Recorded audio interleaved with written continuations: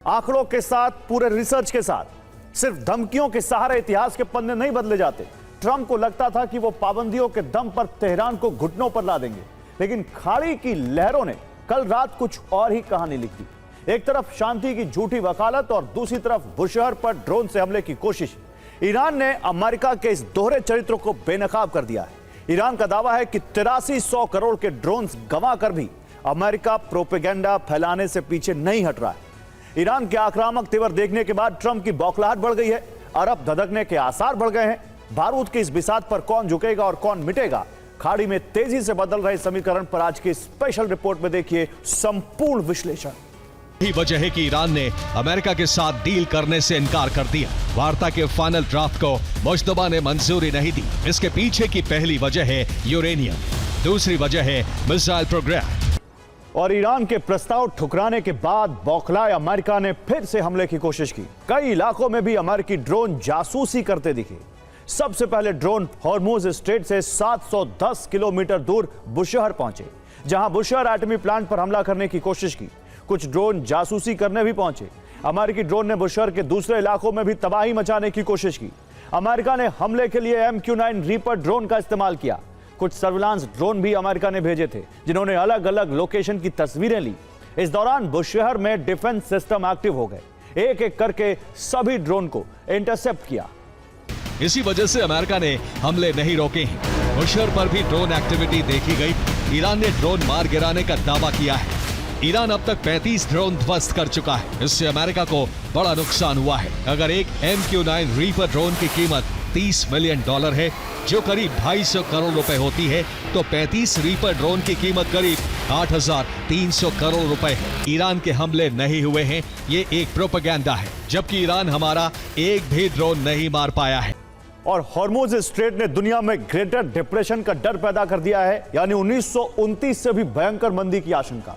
ये सब इजराइल के दबाव में शुरू किए गए अमेरिकी युद्ध का नतीजा है। सवाल यह कि क्या इजराइल सिर्फ ईरान के परमाणु और मिसाइल कार्यक्रम को तबाह करने की मंशा रखता है, या फिर पूरे अरब को अपने वश में करना चाहता है? क्योंकि हॉर्मुज के बंद होते ही ऐसे समीकरण बनने लगे हैं जो इजराइल के हित में है। तो क्या इजरायली प्रधानमंत्री जो कह रहे हैं वो सिर्फ दिखावटी है और युद्ध की असली वजह तेल सप्लाई पर इजरायली कंट्रोल स्थापित करना है? इस रिपोर्ट में समझने की कोशिश करते हैं। सवाल यह है कि हॉर्मुज बंद हुआ या फिर अमेरिका इजराइल ने जानबूझकर बंद कराया। अगर जानबूझकर बंद कराया तो इससे इजराइल का फायदा क्या है? इजराइल जानते थे कि हॉर्मुज बंद होते ही तेल निर्यातक देशों की अर्थव्यवस्था पर बुरा असर पड़ेगा। अमेरिका इजराइल ये भी जानते थे कि युद्ध छिड़ा तो ईरान खाड़ी देशों पर हमले करेगा। अमेरिका इजराइल ये भी जानते थे कि खाड़ी देशों पर हमले हुए तो इनको सुरक्षा के लिए उनकी शरण में आना होगा। अमेरिका इजराइल ये भी जानते थे कि युद्ध ही वो रास्ता है जो अब्राहम अकॉर्ड को मजबूत कर सकता है। अमेरिका इजराइल ये भी जानते थे कि ईरान पर हमले हुए तो इजराइल के हित का सबसे बड़ा द्वार खुल जाएगा। और अरब की अर्थव्यवस्था के लिए सबसे अहम है तेल और गैस, और अर्थव्यवस्था को के दिल को चलाने वाली इसी धमनी से इजराइल अपना कनेक्शन जोड़ना चाहता है। शायद इसीलिए ईरान पर हमलों की शुरुआत की गई। ये कैसे होगा, ये समझने की कोशिश करते हैं। इस वक्त खाड़ी देशों का तेल निर्यात बंद है और वैकल्पिक रास्ते विकसित किए जा रहे हैं। फिलहाल कई छोटी बड़ी तेल पाइपलाइन सक्रिय हैं और भविष्य का संभावित मॉडल कुछ इस नक्शे की तरह हो सकता है। यूएई की एडकॉप पाइपलाइन को सऊदी अरब की ईस्ट वेस्ट पाइपलाइन से जोड़ा जा सकता है। इसके अलावा कतर को भी सऊदी अरब की पाइपलाइन से जोड़ा जा सकता है। इससे होगा कि इन तेल गैस निर्यातक देशों का सीधा कनेक्शन सऊदी अरब के यानबू पोर्ट से जुड़ जाएगा, जो लाल सागर का प्रवेश द्वार है। अब यहां से तेल और गैस टैंकरों के जरिए रवाना होंगे। ये सुएज नहर से नहीं बल्कि अकाबा की खाड़ी से होते हुए इजराइल के इलात पोर्ट पर पहुंचेंगे। यहां से इजराइल की इलात एश्केलोन पाइपलाइन का इस्तेमाल होगा, जो पहले से 12 लाख मिलियन बैरल तेल रोजाना भूमध्य सागर तक पहुंचा रही है। इस पाइपलाइन से खाड़ी देशों का तेल भूमध्य सागर पहुंच जाएगा।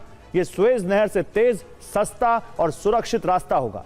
शायद इसीलिए हॉर्मुज बंद कराया गया ताकि तेल आपूर्ति पर इजराइल का नियंत्रण हो सके। इजरायली खुफिया एजेंसी मोसाद ने कहा है कि ईरान में अभी काम खत्म नहीं हुआ है। और इजराइल की गाजा नीति के कारण मिस्र के साथ तनाव भड़का हुआ है और इजराइल के पाइपलाइन प्लान से मिस्र को बड़ा नुकसान होने वाला है। अगर पाइपलाइन शुरू हुई तो सुएज नहर से 25% ट्रैफिक घट जाएगा, क्योंकि सभी तेल टैंकर स्वेज नहर न जाकर अकाबा की खाड़ी से इलात पहुंचने लगेंगे। मिस्र को मिलने वाले राजस्व में तेल टैंकरों का बड़ा योगदान है, क्योंकि तेल टैंकरों का शुल्क कंटेनर शिप से ज्यादा होता है। एक अनुमान है कि मिस्र की सालाना 8 बिलियन की आमदनी घट जाएगी। अब वो बयान क्या है और बयान के साथ बरस रहे बारूद के मायने क्या है, दोनों आपको समझाता हूं इस रिपोर्ट में। गाजा का इजराइल में विलय और लेबनान के दक्षिण और पश्चिमी क्षेत्र पर नियंत्रण। तो नेतन्याहू और ट्रंप ने भले ही नए गाजा के विकास का मॉडल तैयार कर लिया है, लेकिन सच्चाई यह है कि इसमें फिलिस्तीनी नागरिकों के लिए जगह नहीं है, बल्कि यह प्लान इजराइल के संपूर्ण नियंत्रण का है। यह मैप वर्तमान समय का है, जिसमें उत्तर गाजा, गाजा सिटी, देर अल बलाह, खान यूनिस और राफा में जो लाल रंग का 60% हिस्सा दिख रहा है, इस पर इजराइल का कब्जा है। बाकी हरे रंग वाले क्षेत्र में नियंत्रण नहीं है। लेकिन अब इस कब्जे को बढ़ाकर नेतन्याहू 70% करना चाहते हैं। इस मैप में जो लाल रंग का हिस्सा दिख रहा है, वहां इजरायली सैनिक अभी मौजूद है। नियंत्रण के लिए यहां अब भी हमले किए जा रहे हैं और यह लक्ष्य क्रमवार 100% तक पूरा करने की तैयारी भी की गई है। ठीक ऐसे ही लेबनान को लेकर प्लान यह है कि इजराइल जोरानी नदी से लितानी नदी के बीच वाले हिस्से में नियंत्रण के लिए अभियान चला रहा है। इसलिए मौजूदा सीमा को इजरायली सेना पार कर चुकी है। यही नहीं, तैयारी तायर से नकौदा तक के क्षेत्र को भी कब्जे में लेने की है, ताकि भूमध्य सागर पर संपूर्ण नियंत्रण इजराइल को मिल सके।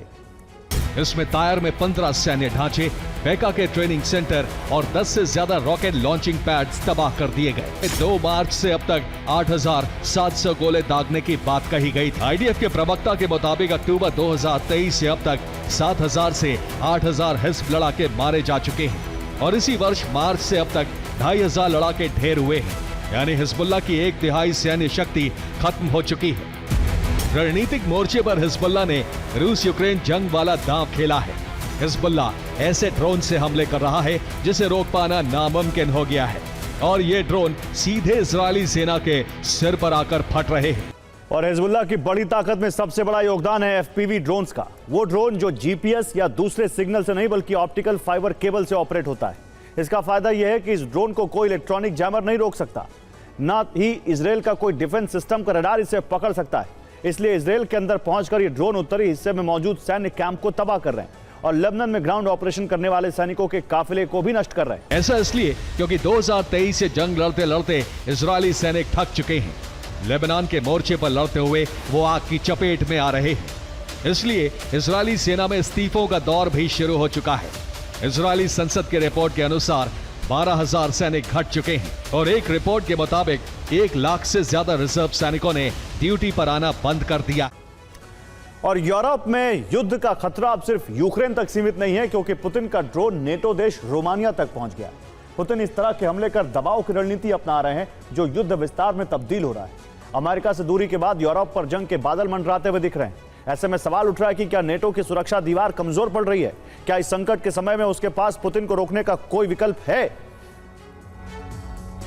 रक्षा मंत्रालय के मुताबिक एक ड्रोन रोमानियाई एयर स्पेस में घुसा, जिसे रडार से ट्रैक किया गया था, जो यूक्रेनी सीमा के पास रोमानिया के हवाई क्षेत्र में आया था। गलाती में रिहायशी बिल्डिंग से टकराने के बाद वो F-16 लड़ाकू विमान और एक सैन्य हेलीकॉप्टर को अलर्ट पर भेजा गया। इस हमले में 2 लोग घायल हुए हैं। करीब 70 लोगों को बिल्डिंग से सुरक्षित निकाला गया। नेटो के महासचिव मार्क रूटे ने हमले को नेटो के खिलाफ बताते हुए सभी खतरों के खिलाफ अपनी रक्षा को मजबूत करने की बात कही है। यूरोपीय संघ के अध्यक्ष उर्सुला वॉन डर लेयन का कहना है कि रूस के आक्रामक युद्ध ने एक और सीमा पार कर दी है। यूक्रेन ने रूस को काला सागर और पूरे यूरोप के लिए असली खतरा बताया है। यूक्रेन के विदेश मंत्री आंद्रे सिबिहा ने कहा कि यूक्रेन की हवाई सुरक्षा को और मजबूत करना जरूरी है। यूरोप को डर है कि अगर रूस से कोई ड्रोन या मिसाइल से किसी नेटो देश को बड़ा नुकसान पहुंचा तो नेटो को मजबूरन युद्ध में उतरना पड़ेगा और इससे तीसरा विश्व युद्ध शुरू हो सकता है। उसी के साथ बाल्टिक देशों पर भी खतरे के बादल मंडरा रहे हैं, क्योंकि एस्टोनिया, लातविया और लिथुआनिया जैसे छोटे नेटो देश यूक्रेन के बाद रूस का अगला निशाना हो सकते हैं। ये देश सीधे रूसी सीमा से लगे हुए हैं, क्योंकि रूस की शैडो फ्लीट उसकी अर्थव्यवस्था की रीढ़ बन चुका है। ये हमला रूस की कमाई पर चोट है। रूस अपने समुद्री तेल निर्यात का लगभग 30% हिस्सा इन्हीं जहाजों के जरिए बेचता है। एक अनुमान के मुताबिक शैडो फ्लीट के एक चक्कर से रूस को $70 मिलियन तक की कमाई होती है। इस हमले का मकसद रूस पर रणनीतिक दबाव बनाना है।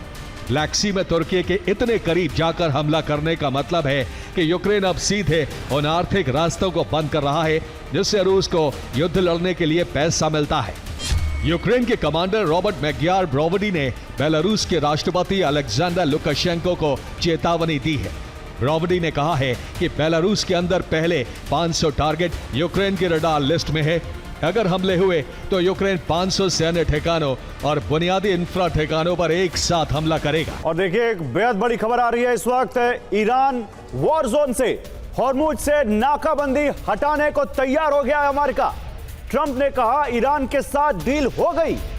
बहुत बड़ी खबर, ट्रंप कह रहे हैं कि हम नाकाबंदी हटाने जा रहे हैं हॉर्मुज से, ईरान के साथ डील हो चुकी है। ट्रंप ने कहा कि मैं अब सिचुएशन रूम में जा रहा हूं, ईरान पर अंतिम फैसला लेने जा रहा हूं, यह कहा ट्रंप ने।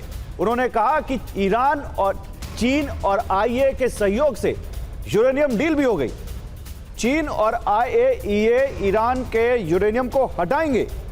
तो ये बड़ी खबर आ रही है देखिए इस वक्त, और इस बड़ी खबर को लेकर हम लगातार आपको अपडेट देंगे क्योंकि ट्रंप ने कहा है कि ईरान के साथ समझौता हो गया है, डील हो गई है और वो कह रहे हैं कि हॉर्मुज से नाकाबंदी हटाएगा अमेरिका। आपको मालूम है ईरान की नाकेबंदी के अगेंस्ट जवाब में अमेरिका ने भी नाकाबंदी कर दी थी और कहा था कि कोई भी जहाज यहां से ओमान की खाड़ी से होते हुए नहीं जाएगा जब तक हम नहीं चाहेंगे। और अब सवाल आ रहा है अब कि क्या यह समझौता हो गया। 24 घंटे 3 बड़े शहर और आसमान से आग बरसाती रही ज़ेलेंस्की की ड्रोन आर्मी। पुतिन के आक्रोश को खाक में मिलाने के लिए यूक्रेन ने रूस के खिलाफ अब तक का सबसे बड़ा एनर्जी वॉर छेड़ दिया। वोल्गोग्राद से लेकर तुआप्से तक रूस के तेल और गैस ठिकानों पर कई हमले किए गए।